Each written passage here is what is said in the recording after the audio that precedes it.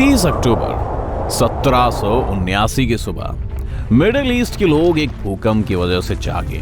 उनके घरों की दीवारों में दरारें आ गई थी, छतें टूटने लगी। लोग अपने घरों से बाहर निकलकर खुद इलाकों में इकट्ठा हो गए, लेकिन जोरदार झटकों के कारण बार बार लड़खड़ाते और गिरते रहे। एक महीने बाद एक और भूकंप आया, लेकिन ये और भी तेज था। पेड़ टूट गए, मकान ढह गए, जमीन में गहरी दरारें पड़ गई। ये सब 2 मिनट तक चला। जमीन, सड़कें और शहर सब कुछ नष्ट हो गया। अविश्वसनीय रूप से लेबनान के बालबेक में पुराने समय के दौरान बनी बिल्डिंग्स ने इन भूकंप को सह लिया। कुछ इतिहासकारों का मानना है कि इस आलीशान और रहस्यमयी जगह को रोमन एम्पायर के दौरान बनवाया गया था, लेकिन कई रिसर्चर्स ऐसा नहीं मानते।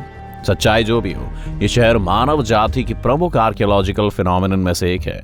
बालबेक में बने जुपिटर के मंदिर को यहाँ की सबसे अद्भुत इमारत माना जाता है। रोमन एम्पायर के लोगों का मानना था कि जुपिटर के पास बिजली और तूफान पर काबू करने की ताकत थी।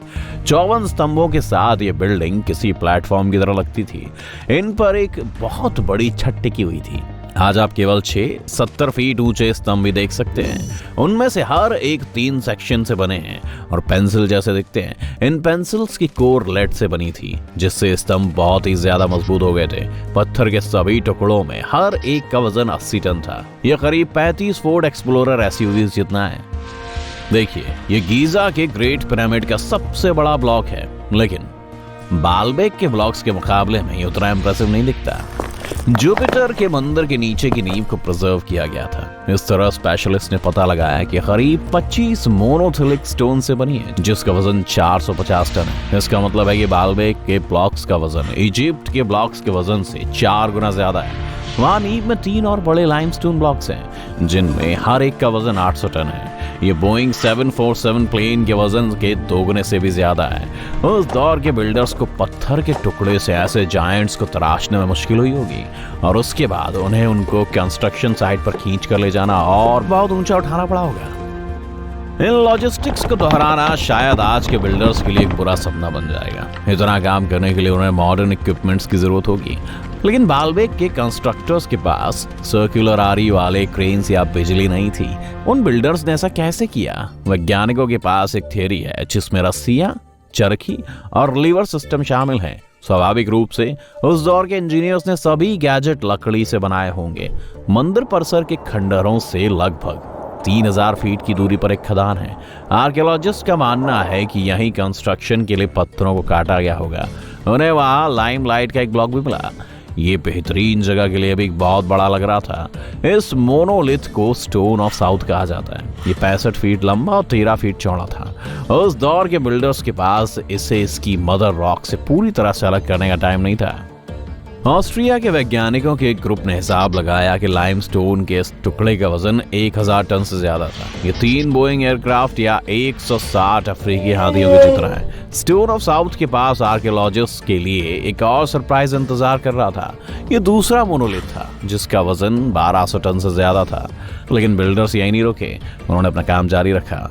साल 2014 में उसी खदान में जर्मन आर्कियोलॉजिस्ट ने एक ब्लॉक खोद निकाला, जिसका वजन 1650 टन था।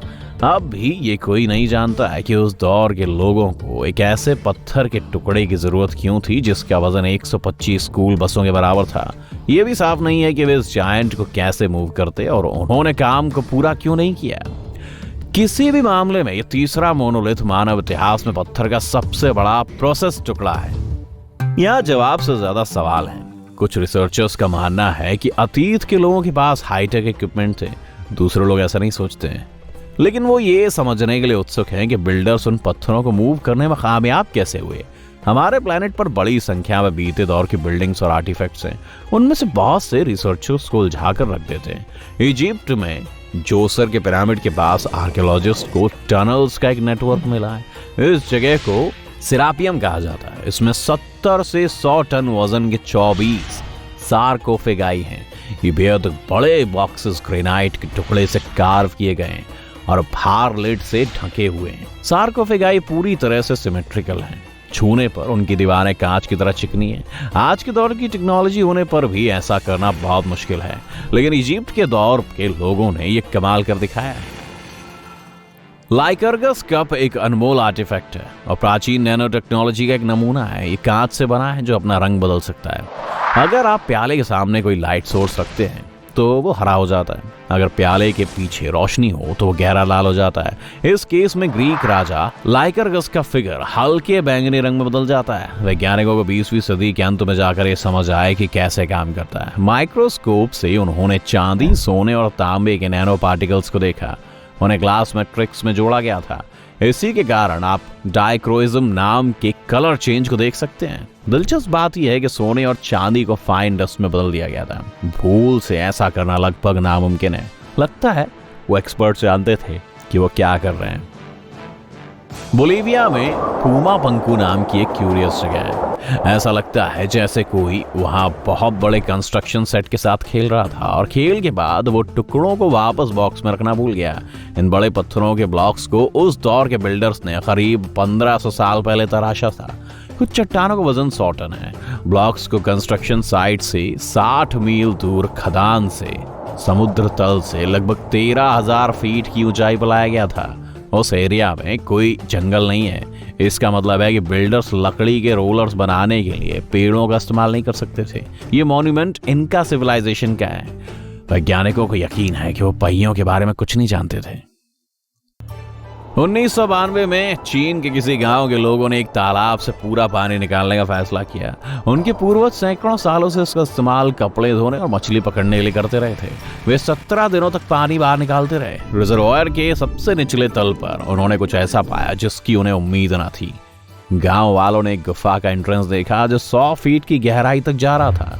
इस इनक्रेडिबल खोज का नाम लॉन्गयू केव्स पड़ा। उन अनजान बिल्डर्स ने करीब 3,20,000 वर्ग फीट की गैलरीज बनाई थी।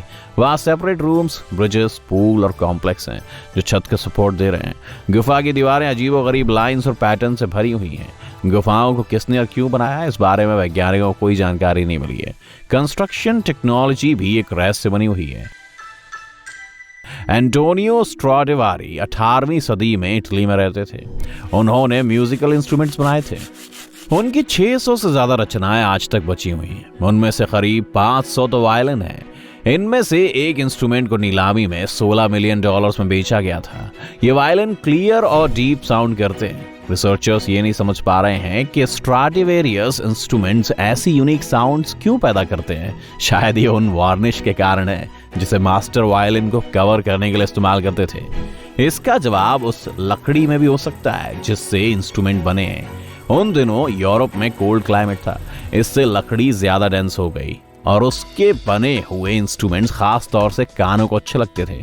भारत के शहर दिल्ली में एक 23 फीट ऊंचा पोल है। इसका वजन 6.5 टन है और ये 98% रॉट आयरन से बना है। 1600 साल पुराने इस पिलर में जंग या खराब होने का कोई निशान नहीं है। वैज्ञानिकों का मानना है कि ड्राई वेदर और मेटल की केमिकल कंपोजिशन के कारण मॉन्यूमेंट इतनी अच्छी तरह से प्रिजर्व्ड है।